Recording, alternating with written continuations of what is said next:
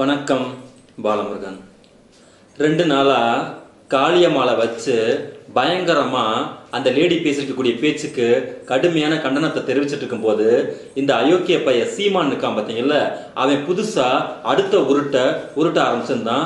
அது என்னன்னு கேட்டீங்கன்னா, சர்க்காரியா கமிஷன் பத்தியும், அதாவது கலைஞர் அவர்கள் விஞ்ஞானமான ஊழல் செஞ்சாரு அப்படிங்கிற வார்த்தைகளை பத்தியும் குறைஞ்ச நாளா பிரச்சாரத்துல இவன் வந்துகிட்டு ஈடுபட்டு இருக்கான். அது அத்தனையுமே அயோக்கியத்தனமான பொய் உரைன்னு சொல்லி உலகத்துக்கே தெரிஞ்சிருந்தாலும் ஒரு பொய்ய திரும்ப திரும்ப சொல்லி அதை உண்மையாக மாற்றக்கூடிய அந்த RSS பிஜேபி கோயபல்ஸோடைய பிரச்சாரம் இருக்கு பாத்தீங்கல்ல, பொய்யை திரும்ப சொல்வதன் மூலமாக அந்த பொய்யை உண்மை என நிரூபித்தல் அப்படிங்கிற இடத்துக்கு தொடர்ச்சியா செஞ்சுக்கிட்டு இருக்கான்.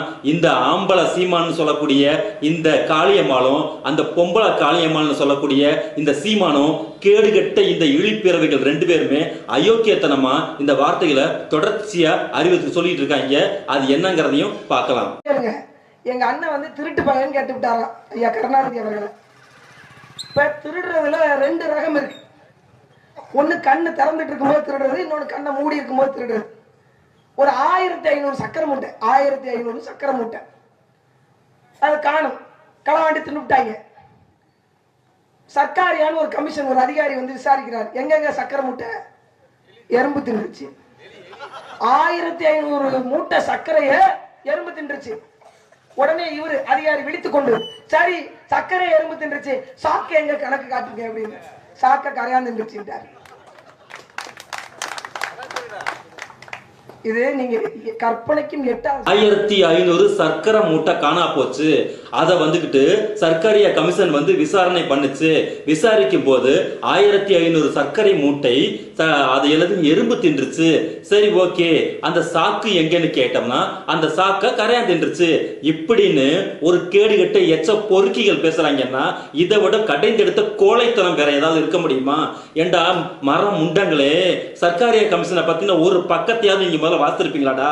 கொஞ்சமாவது உங்களுக்கு அறிவு, சோறு தின்னக்கூடிய வாயா இருந்துச்சுன்னா குறைந்தபட்சம் நீங்க முதல்ல இப்படி பேசுவீங்களாடா?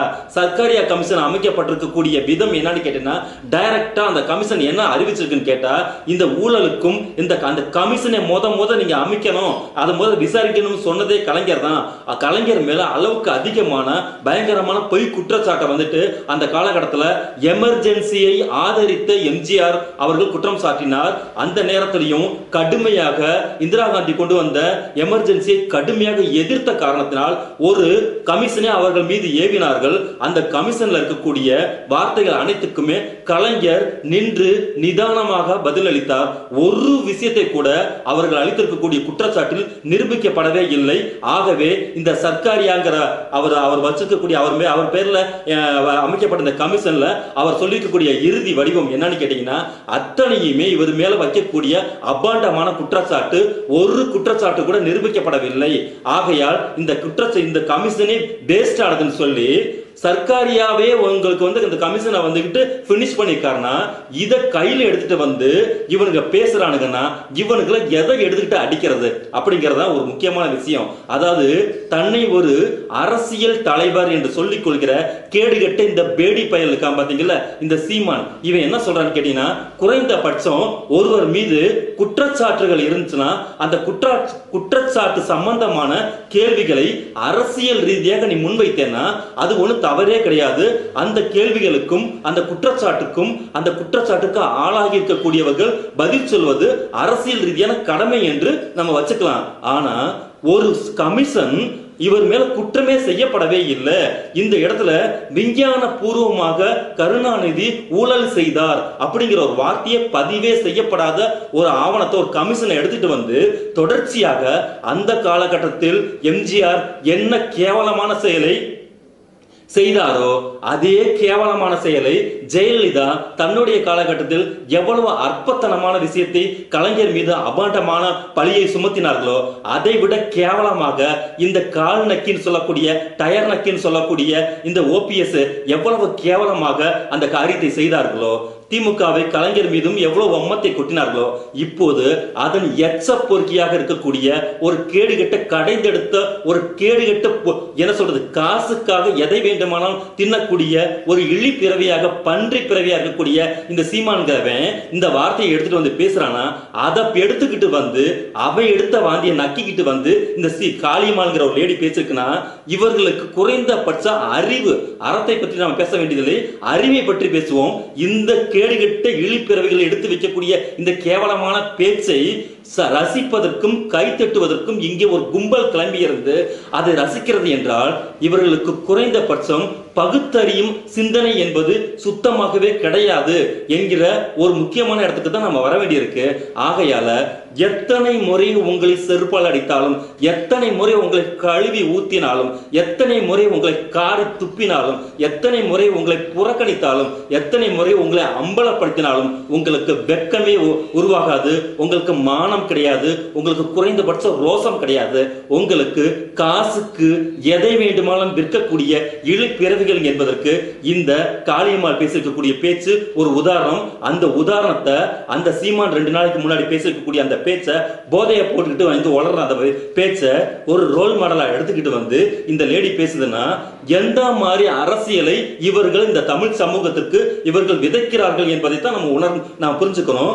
இப்ப இருக்கக்கூடிய தேர்தல் களத்துல இந்த லேடி நிற்கக்கூடிய மயிலாடுதுறையில இருக்கக்கூடிய முக்கியமான பிரச்சனை என்னன்னு கேட்டா சர்க்காரியா கமிஷன் தான். இதான் ஒரு பிரச்சனையா? உனக்கு அங்க இருக்கக்கூடிய மயிலாடுதுறையில என்னென்ன பிளஸ் மைனஸ் இருக்கு அதைத்தான் ஒரு யோக்கியமான ஒரு லேடி பேசணும். உனக்கு வழங்கப்பட்டிருக்கக்கூடிய தொகுதி, நீ நிற்கக்கூடிய ஒரு தொகுதினா அந்த தொகுதி சார்ந்த பேச்சை நீ பேசுவியா?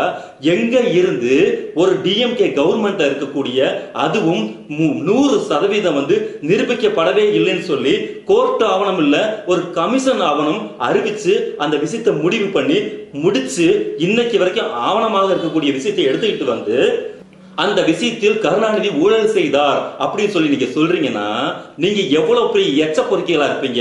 இதே இந்த ஜெயலலிதா 4 ஆண்டுகள் சிறை தண்டனை விதிக்கப்பட்டு அவர் குற்றவாளி என்று அறிவிக்கப்பட்டு அந்த நீதி வழங்கப்படும் போது அவர் கூட இருக்கக்கூடிய கூட்டாளிகள் அனைவரும் அங்கு பெங்களூர் பரப்பன அக்ரஹார சிறைச்சாலையில போய் முழுமையாக சிறை தண்டனையை அனுபவித்து வந்தவர்கள் அனைவரும் இவர்களுக்கு யோக்கியர்கள்.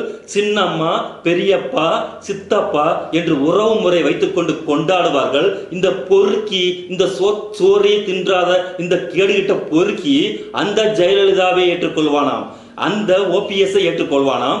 ஆனால் இப்போது இங்கே நடக்கக்கூடிய திமுக கவர்மெண்ட்ல இருக்கக்கூடிய முக ஸ்டாலின் அவர்களை ஏற்றுக்கொள்ள மாட்டானா? ஏன்னா அவர் தான் இந்த விஜயலட்சுமியை கொண்டுட்டு வந்து இவங்களுக்கு எதிராக ஏவி விட்டாங்களாம். என்ற பொறுக்கியிலும் பொறுக்கியே அங்க நடந்திருக்கக்கூடிய விஷயம் நீ விஜயலட்சுமி கிட்ட போனியா போகலையா?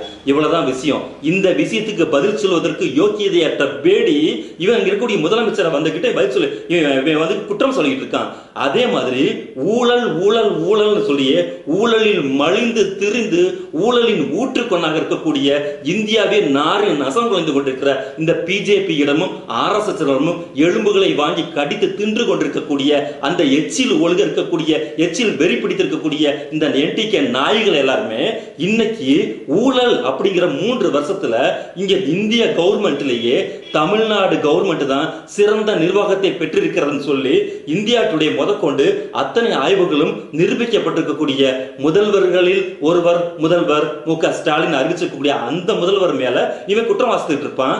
ஆனா இவன் 14 வருஷமா கட்சி வச்சு நடத்திட்டு இருக்கக்கூடிய இந்த கட்சியில திரள் நிதி அப்படிங்கிற ஒரு பெரிய பேமெண்ட்டை இன்னைக்கு வரைக்கும் கோடிக்கணக்கா அடிச்சுக்கிட்டு அந்த பேமெண்ட்ஸ் எல்லாத்துக்கும் ஒரு நாளுக்கு கணக்கு காட்டுவதற்குரிய யோக்கியதை இல்லாத ஒரு கேடுகட்ட ஒரு பேடி இவன். இது இல்லாம உனக்கு ஒவ்வொரு எலெக்ஷன்லையுமே வந்து டம்மி வேட்பாளர்களை போட்டு, அதாவது பிஜேபிக்கும் RSSக்கும் சாமரம் வீசக்கூடிய டம்மி வேட்பாளர்களை போட்டு அந்த வாக்குகளை பிரித்து அதன் மூலமாக பணம் கட்டக்கூடிய கல்லா கட்டக்கூடிய அத்தனை இடத்திற்கும் அத்தனை செயல்பாட்டுக்கும் அத்தனை விதமான அணுகுமுறைகளுக்கும் பணம் ஒன்றே காரணமாக இருந்தால் நான் என்ன வேலை வேண்டுமானால் செய்வேன், என்ன விதமான வேலை வேண்டுமானால் செய்வேன், எனக்கு பணம் கொடுத்தால் போதும் சொல்லிட்டு அலையக்கூடிய கேடுகட்ட கும்பலா இருக்கக்கூடிய இந்த என்டிகே கும்பல் இங்கே வந்துகிட்டு சர்க்காரியா கமிஷன் பத்தி பேசுறீங்க. குறைந்தபட்சம் உங்களுக்கு மானமும் மரியாதையும் இருந்துச்சுன்னா அந்த சர்க்காரியா கமிஷன் சம்பந்தமா ஒரு டிபேட்ஸ் நடத்தணும்னா அந்த டிபேட்ஸுக்கு வந்து உட்கார்ந்து நீங்க பேசுவதற்கு யோக்கியம் இருந்துச்சுன்னா அங்க வந்து பேசுகிறாங்க. உங்களோட சர்க்காரியா கமிஷனை போற போக்குல வந்து அடிச்சு விட்டுட்டு இருந்தீங்கன்னா உங்களுக்கு நல்ல மரியாதை கிடையாது. ஆரம்பிக்கலாம்.